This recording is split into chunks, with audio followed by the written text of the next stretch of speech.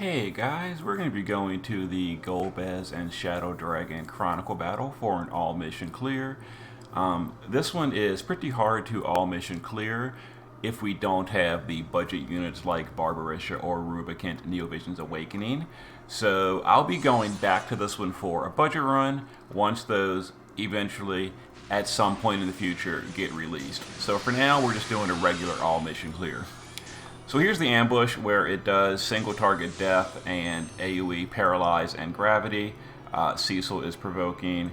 So Cecil is going to Earthbreaker, which is an AoE 85% break. That's Tulian's TMR.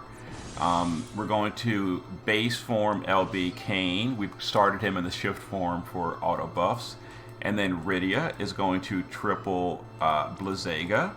And we're going to triple or quadruple Blizzaga or triple Blizzaga on Golbez, and then we're going to just do impact. We don't break the chain. So we're going to start chain or Kane and wait a decent amount, and then start the chainers, and that's going to cap this chain for us on both the units. Okay, decent chunk of damage. Shadow Dragon is much stronger to Thunder Element, so that doesn't really do as much there. There's Cecil single target provoking stuff, which is fine. Alright, Kane is now going to use his cooldowns on Golbez in the base form. Alright, Cecil can... I don't really need anything, honestly. So we'll just like Courageous Roar, I guess.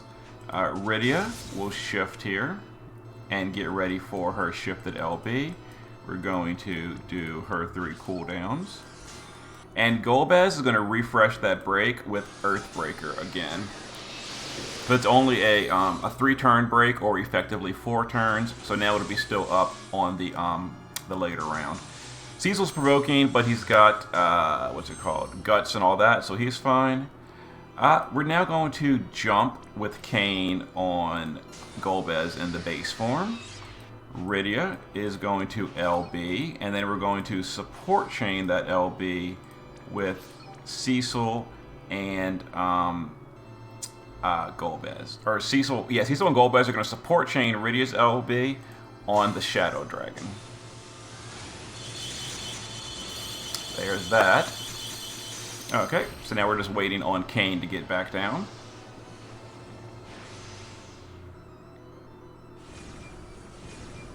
Some dark damage on Cecil, which he is provoking. Okay, let's see. The boss should be good here. So, we'll quadruple. We'll miss Dragon's Protection. Oop, let's do it this way. Let's quadruple. Let's triple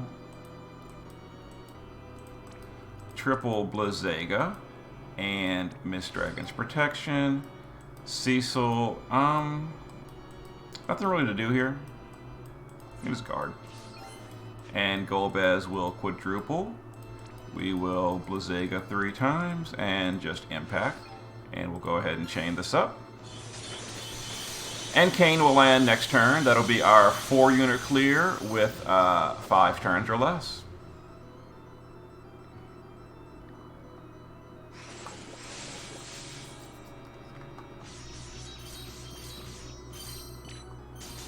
Okay. Let's see. Golbez with this turn will quadruple Blizzaga.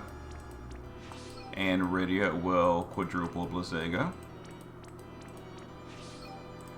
Go ahead and chain this. Once the chain is nice and built, there goes our Kane. Okay. All mission clear with 4 units. If you don't have Kane and don't have Rydia, you gotta just wait for the Neovision's Awakenings for the budget runs, guys. Maybe this is possible with without them. I don't know. I have serious doubts here. But Rydia took care of the dragon, and Kane took care of Golbez. We could also like entrust Kane and use his LB a few times if you don't have Rydia, or not entrust, but just like pray for crystal drops or something. Anyway, I'll probably play with more alternate clears during the week. Maybe without Kane, without Rydia. I don't know if it's possible without Kane until we get the Neovision's Awakenings. I don't know if Rydia can carry it by herself. Maybe. I'll try it, though. We'll see what happens. So there's the all mission clear on Golbez and the Shadow Dragon for now. See you guys next time. Whoops. I forgot to show you guys the gear, which people are going to ask. Okay, so here is the party we use. So Kane, we started in the shift form. With his EX2, he starts with his LB good to go. Make sure his LB is either maxed out or you've got a way to fill the remainder with something like the Dragon's Brush, which I did. So shift form, like I kind of went overboard in auto buffing. This is all super not important. Auto bravery is useful. He does need his TMR or STMR in the shift form. Other than that, the rest of this is like really super irrelevant because he does his amps and all that with his auto stuff. Yeah, so all that really mattered was like Dragon's Brush and auto bravery. Base form is the dual wield build. He's using the global card.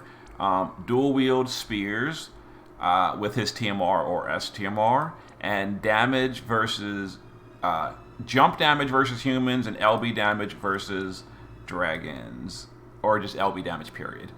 Max jump, maxed LB, maxed human, and 275 dragon, and he obviously carries the fight. Cecil is passive provoke evasion with death immunity and status immunity. I don't know if he needs evasion or not. I think he's only got 80% evasion, which, yeah, only 80% evasion, which was enough. Earthbreaker to break on turn 1.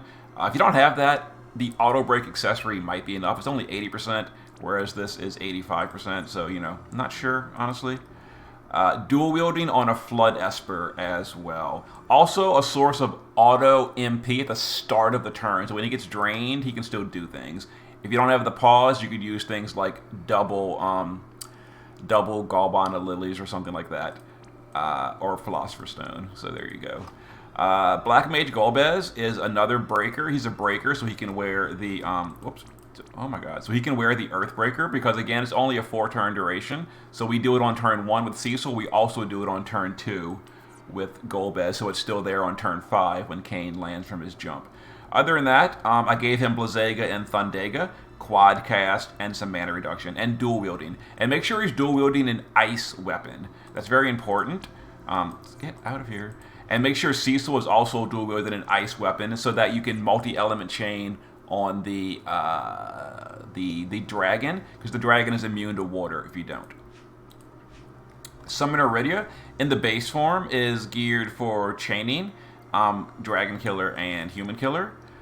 Shift form is evoker LB damage.